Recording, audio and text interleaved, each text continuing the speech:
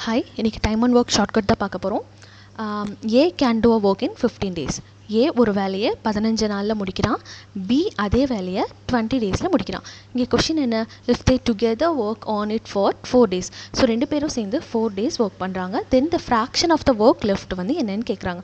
So first எல்லாத்துக்குமே நம்ம LCM 15க்கும் 20க்கும் எல்சிஎம் 60, 50 into 4 20 into 3.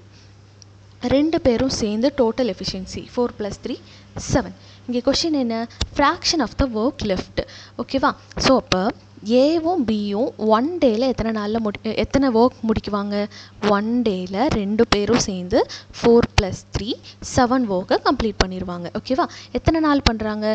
4 days பண்ணுறாங்க. அப்போ 7 into 4 28. அப்போ ரிமைனிங் ஒர்க் எவ்வளோ இருக்கும்? டோட்டல் ஒர்க்கே 60 தானேப்பா. ஸோ அப்போ 60 minus 28. ஸோ இப்போ உங்களுக்கு எவ்வளோ கிடைக்கும்? 32.